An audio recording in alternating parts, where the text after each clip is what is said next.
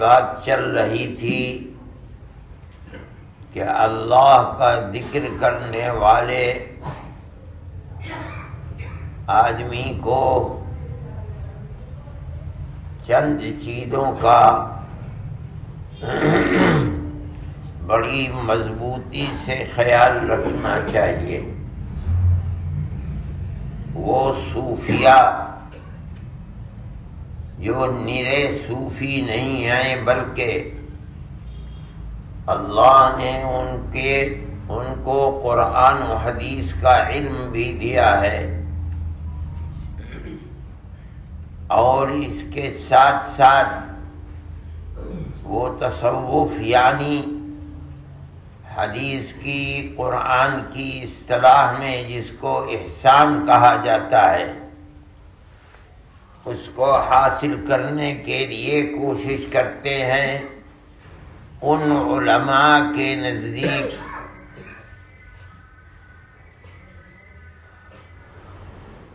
سب سے بنیادی چیز یہ ہے کہ جو آدمی یہ چاہتا ہے کہ وہ اللہ کا محبوب بن جائے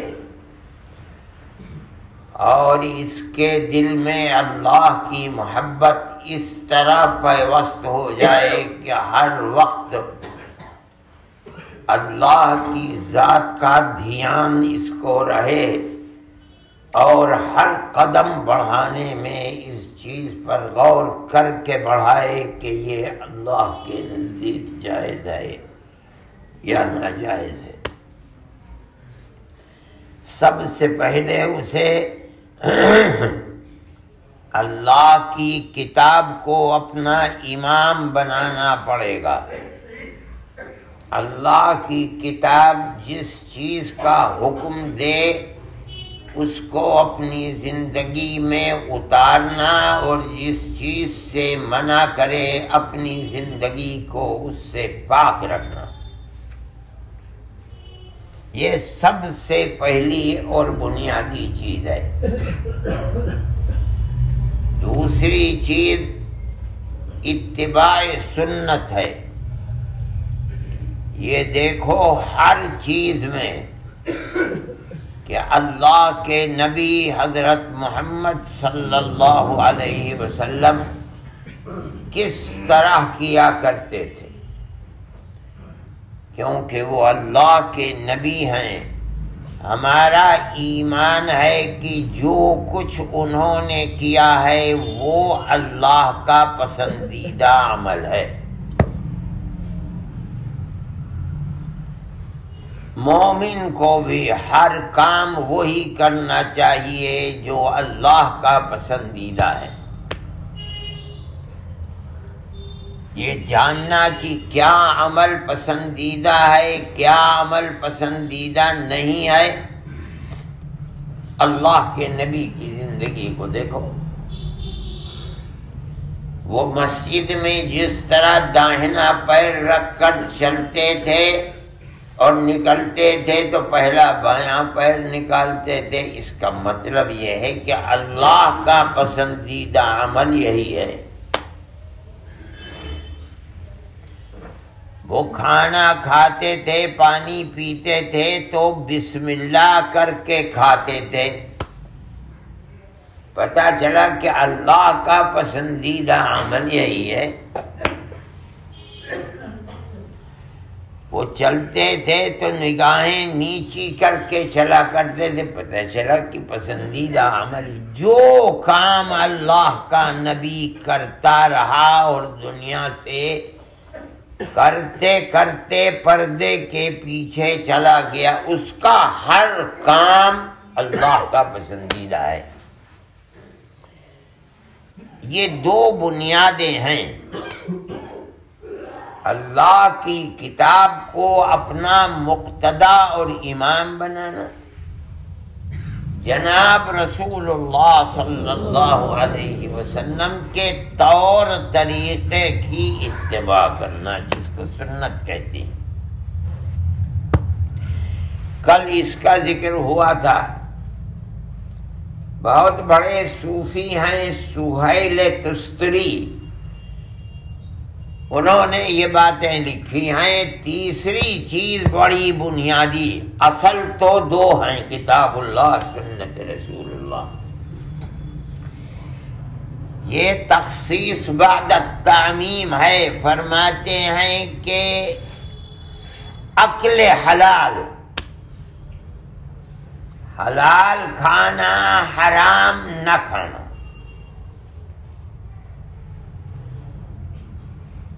یہ بڑی بنیادی چیز ہے۔ کہا جاتا ہے، اصل میں تو اللہ کی کتاب میں ہے، رسول اللہ کی سنت میں ہے۔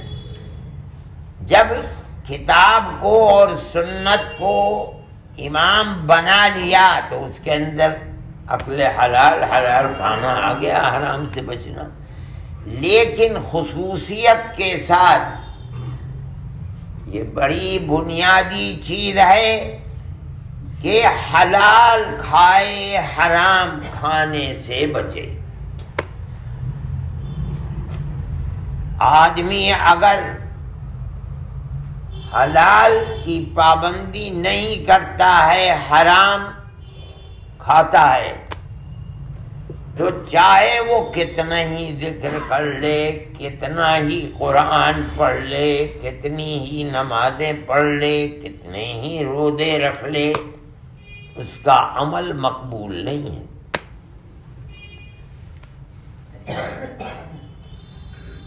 اس لیے عقل حلال یہ بڑی بنیادی چیز ہے۔ اگر جو کھا رہا ہے اس کے اندر شبہہ بھی ہے حرام کا، تو اس شبہے سے بھی اپنے آپ کو بچانا چاہیے۔ وہ کیا؟ جو کماتا ہے اس میں سے ایک حصہ صدقہ کر۔ اگر اس کے اندر ذرہ برابر بھی اے اللہ میرے نہ جانتے ہوئے اس میں کوئی چیز غلط ہے، تو یہ صدقے سے اس کو پاک کر دے، نکال دے۔ جانتے ہوئے کہ وہ کھا رہا ہے، یہ تو بہت ہی بری چیز ہے۔ اس کا نتیجہ کیا ہے؟ جو عبادت کرے گا، جو ذکر کرے گا، وہ مقبول نہیں ہوگا۔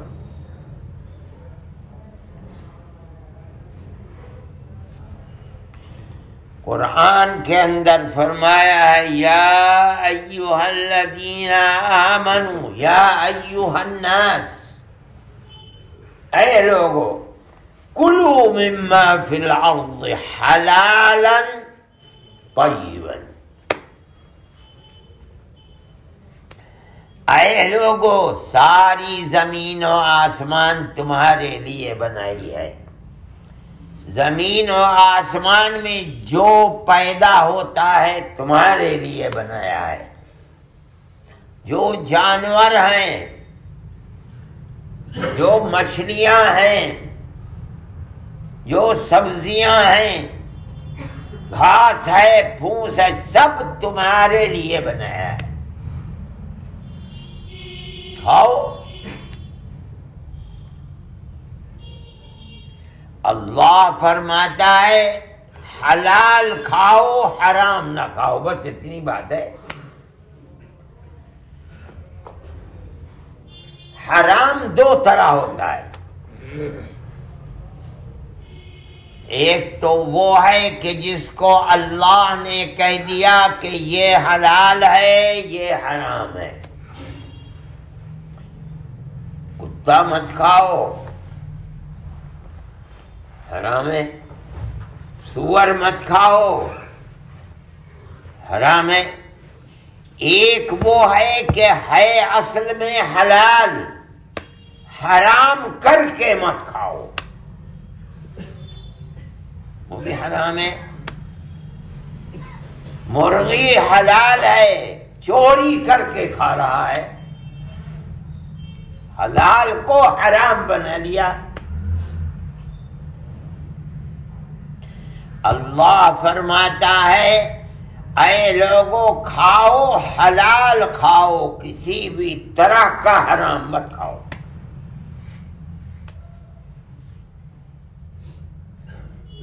دوسری چیز طیب کھاؤ، کیا مطلب؟ ناپاک مت کھاؤ، پاک کھاؤ۔ یہ بھی وہی چیز ہے، حلال ہے، حلال کو ناپاک بنا لیا۔ فرماتے ہیں حلال کھاؤ، حرام نہ کھاؤ، کسی طرح کا بھی حلال کو حرام کر لیا، اپنے آپ کو بچاؤ۔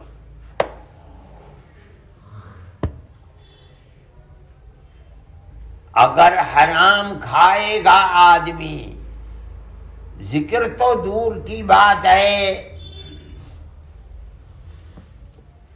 دعا بھی نہ مقبول ہو۔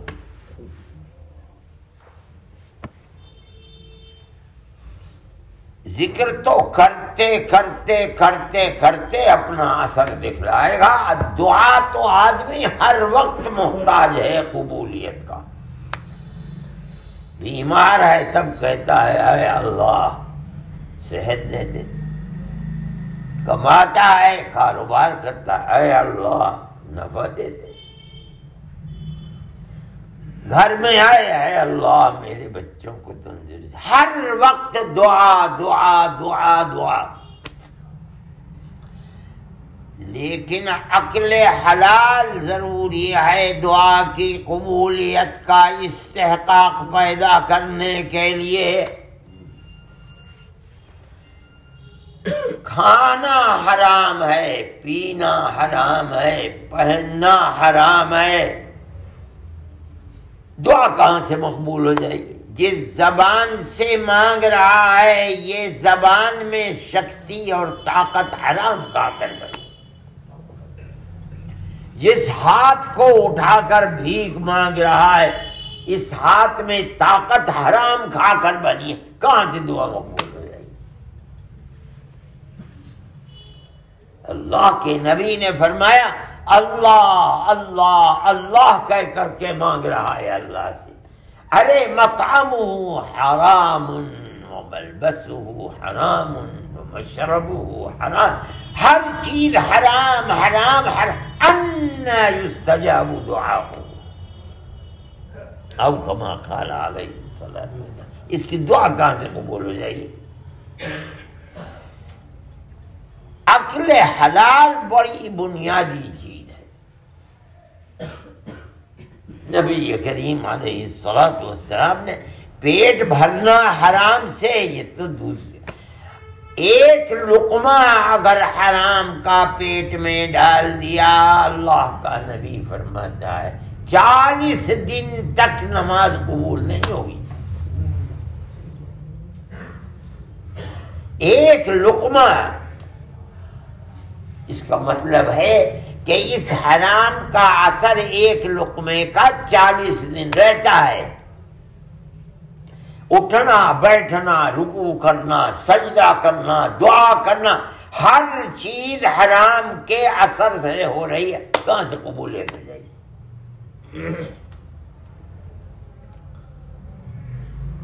سوچ کر کے سمجھ کر کے کاروبار کرنے میں اس چیز کو بنیاد بنانا ضروری ہے۔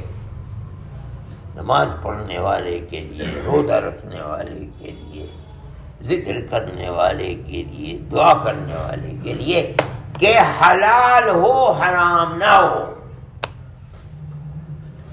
اگر شبہ بھی ہے حرام کا اپنے آپ کو بچا، نہیں بچائے گا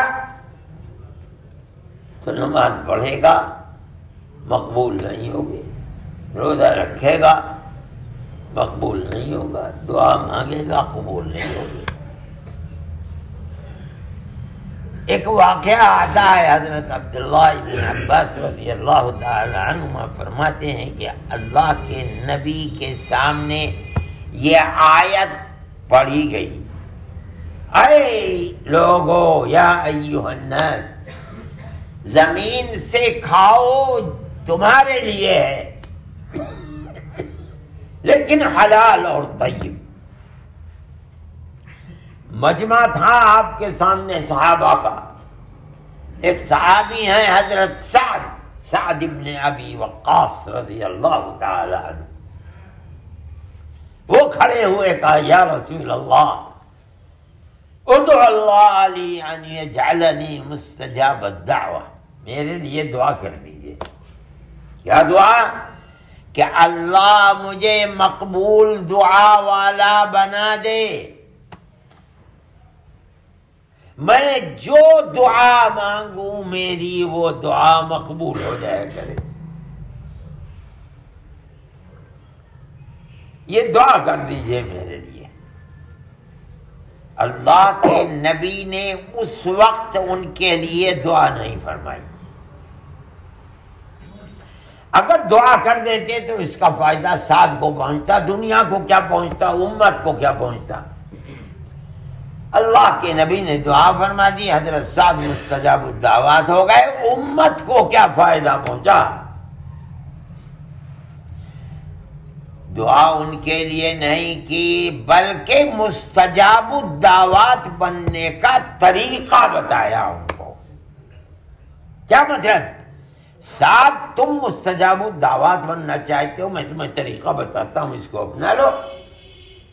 تم ہی نہیں، میری امت کا کوئی آدمی دنیا میں کہیں بستا ہو، آج یا 1400 سال کے بعد اگر مستجاب الدعوات بننا چاہتا ہے، جو طریقہ میں تمہیں بتاتا ہوں اس طریقے کو اپنا لے، مستجاب الدعوات بن جائے گا۔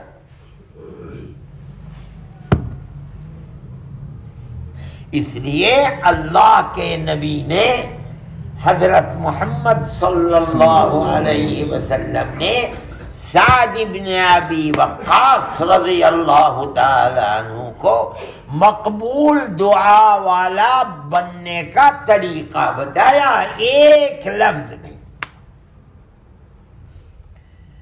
یہ کر لے، جو مانگے گا اللہ کے یہاں سے تجھے مل جائے گا، اپنے لیے چاہے کسی دوسرے کے لیے۔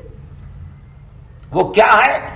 فرمایا یا سعد اطب مطعمک تکن مستجاب الدعوہ، اپنے کھانے کو حلال بنا لے، کمانے کو، کھانا پینا پہننا اسے حلال بنا لے، مستجاب الدعوات بن جائے گا۔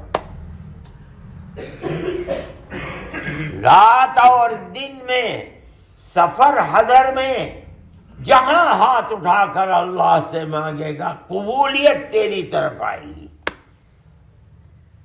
کیوں؟ تیرے پیٹ میں جو جاتا ہے حلال جاتا ہے، تیرے ہاتھوں میں طاقت، جنہیں اٹھا کر بھیک مانگ رہا ہے، ان میں طاقت حلال سے بنی ہے۔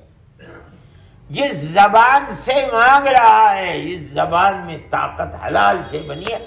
تیرا مانگنا اللہ کے یہاں سے واپس نہیں ہو سکتا۔ اتنی قدر ہے اللہ کی نظر میں اکل حلال کی۔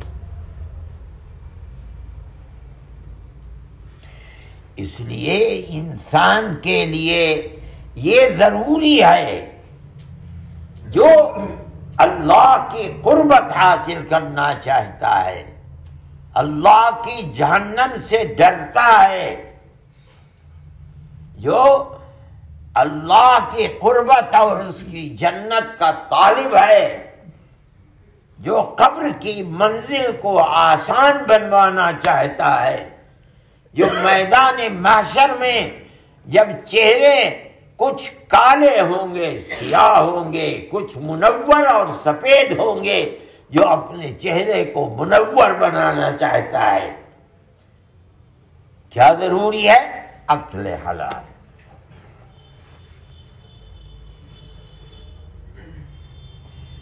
اس لیے صوفیاء کے نزدیک جو اہل اللہ تھے، ان کے نزدیک اس کی بڑی اہمیت تھی۔ کماؤ، کاروبار کرو، جس طرح چاہے، جتنا چاہے کماؤ، کوئی کمی کی بات نہیں۔ لیکن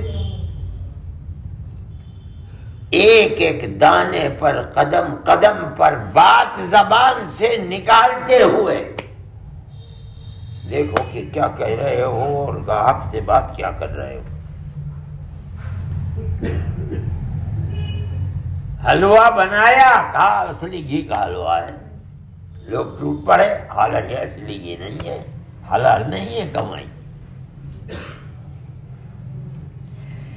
خود فیصلہ کرے کہ کہاں سچائی ہے، کہاں دھوکہ دے رہا ہے۔ اللہ کے نبی بازار گئے، ڈھیر پڑا ہوا تھا، جو کا، جوار کا، باجرے کا، خدا جانے گیہوں کا، کس چیز کا ڈھیر تھا۔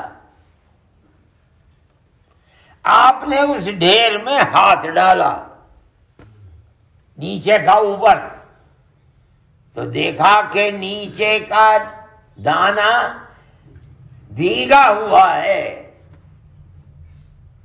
اور اوپر کا خشک ہے۔ آپ نے پوچھا یہ کیا ہے؟ کہا یا رسول اللہ بارش برس گئی تھی، میں نے اوپر کا نیچے کر دیا، نیچے کا اوپر کر دیا۔ کیا ہوا؟ لینے والے کو دھوکہ دے رہا ہے۔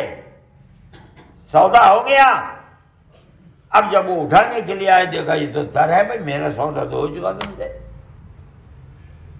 فرمایا دھوکہ دیتا ہے من غش فلیس منا، جو کاروبار کرتا ہے اور دھوکہ دیتا ہے خریدار کو، ہم میں سے نہیں ہے۔ کیا مطلب؟ مومن نہیں ہے، میرے اوپر ایمان رکھنے والا نہیں ہے، میری نبوت کو ماننے والا نہیں ہے۔ کتنی سخت بات ہے،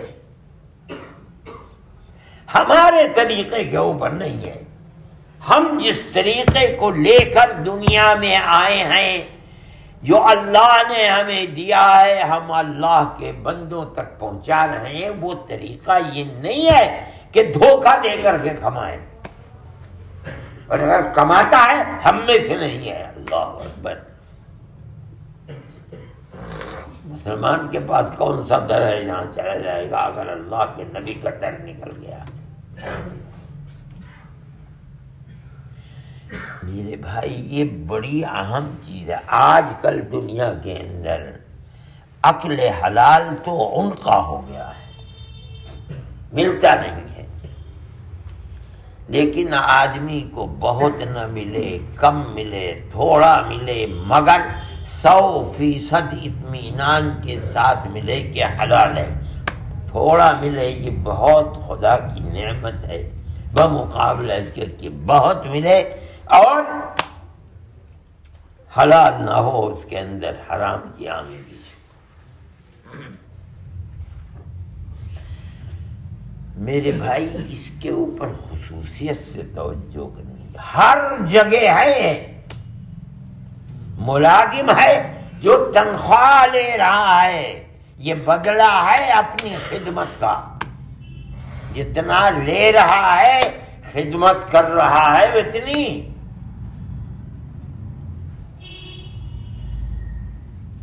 جو پیدا کر رہا ہے گیہوں، چاول، جو، جوار، جو دے رہا ہے صحیح ہے، ملاوٹ تو نہیں ہے۔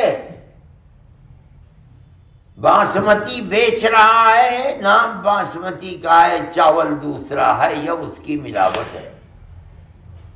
یہ تمام چیزیں حلال کو حرام بنانے والی ہیں، چاہے 100%، چاہے 10%، چاہے 5%۔ اسلام جس کا نام ہے، جس دین کو حضرت محمد صلی اللہ علیہ وسلم دنیا میں لے کر آئے ہیں، اس کے اندر اس کی گنجائش نہیں ہے۔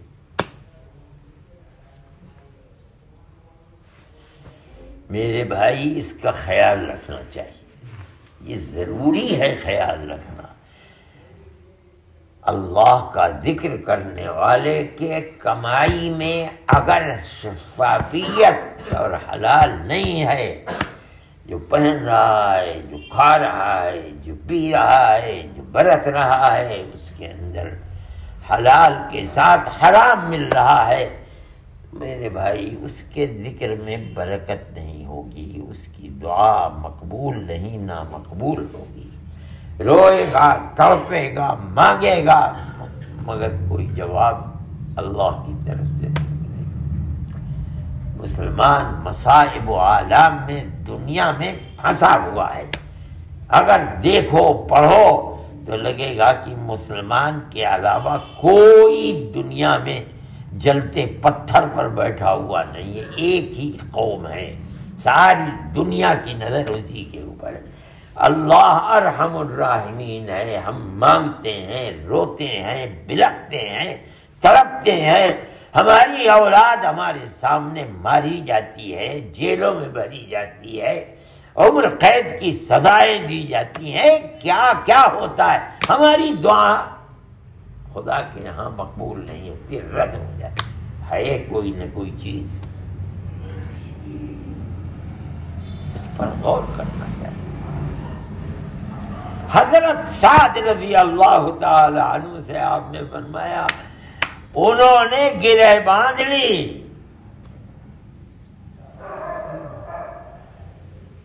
مجھے مستجاب الدعوات بننا ہے، میں حرام کا شبہ بھی ہوگا نہیں ہوں گا۔ پھر دوسرے موقع پر آتا ہے کہ اللہ نے ان کے لیے دعا بھی فرمائی، قبولیت کی، یا اللہ ان کو مستجاب الدعوات بنا، مگر حرام نہیں کھاتے تھے، شبہ بھی ہے تو بچا لیا آپ نے۔ آپ مشہور تھا صحابہ کے اندر، ان کی صفت یہی ہے، ساتھ کون سا؟ مجاب الدعوات، جن کی دعا مقبول ہے، جو مانگ لیا خدا کی طرف سے مل گیا۔ حضرت عمر رضی اللہ عنہ جیسے جلال کا آدمی کہ اللہ کا نبی فرماتا ہے جس راستے سے عمر جاتے ہیں اگر شیطان دیکھ لیتا ہے تو راستہ بدل دیتا ہے۔ ان سے حضرت سعد کی کہیں سنی ہو گئی، غصہ آ گیا، فرمایا عمر تمہارے لیے بد دعا کروں گا میں۔ حضرت عمر وہی زمین پر بیٹھ گئے رضی اللہ عنہ، کہا سعد جو چاہے بدلہ لے لو، زبان مت کھولنا۔ جانتے تھے کہ اللہ کے نبی نے انہیں نسخہ بتا رکھا ہے، اس پر عمل ہے ان کا، اگر زبان سے کوئی بات نکل گئی تو اللہ کے یہاں سے رد نہیں ہوگی۔ میرے بھائی دنیا میں جو زندہ ہے اس کے پاس وقت ہے، ابھی موت تک جتنے بار جب بھی موت آئی، لیکن یہ ضروری ہے اگر وہ اللہ کی رحمت کا طالب ہے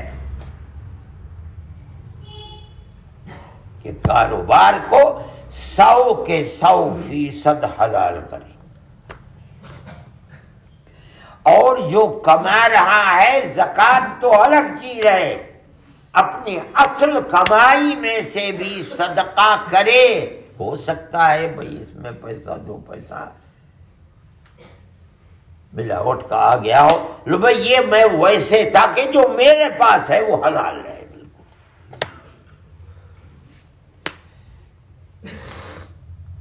اپنی آخرت کو بنانے کے لیے، اپنی عبادات کو مقبول بنانے کے لیے، اپنی آخرت کو آباد کرنے کے لیے، قبر کی منزل کو آسان کرنے کے لیے حلال کی کمائی اور حلال کھانا، حلال پینا، حلال پہننا بہت ضروری ہے۔ اگر خدا نخواستہ اس کے اندر کمی ہے تو اللہ کی عبادت، دعا اور ذکر کے اندر قبولیت عند اللہ حاصل نہیں ہوگی۔ اللہ ہم سب کو رزق حلال عطا فرمائے، حرام سے ہماری حفاظت۔ مشیت خداوندی ہمارے اندر پیدا کرے، فکر آخرت پیدا کرے، اور مکمل حلال کمائی کا ہمیں دل دادا اور شیدائی بنا دے، حرام سے ہماری حفاظت کرے۔ وآخر دعوانا الحمدللہ۔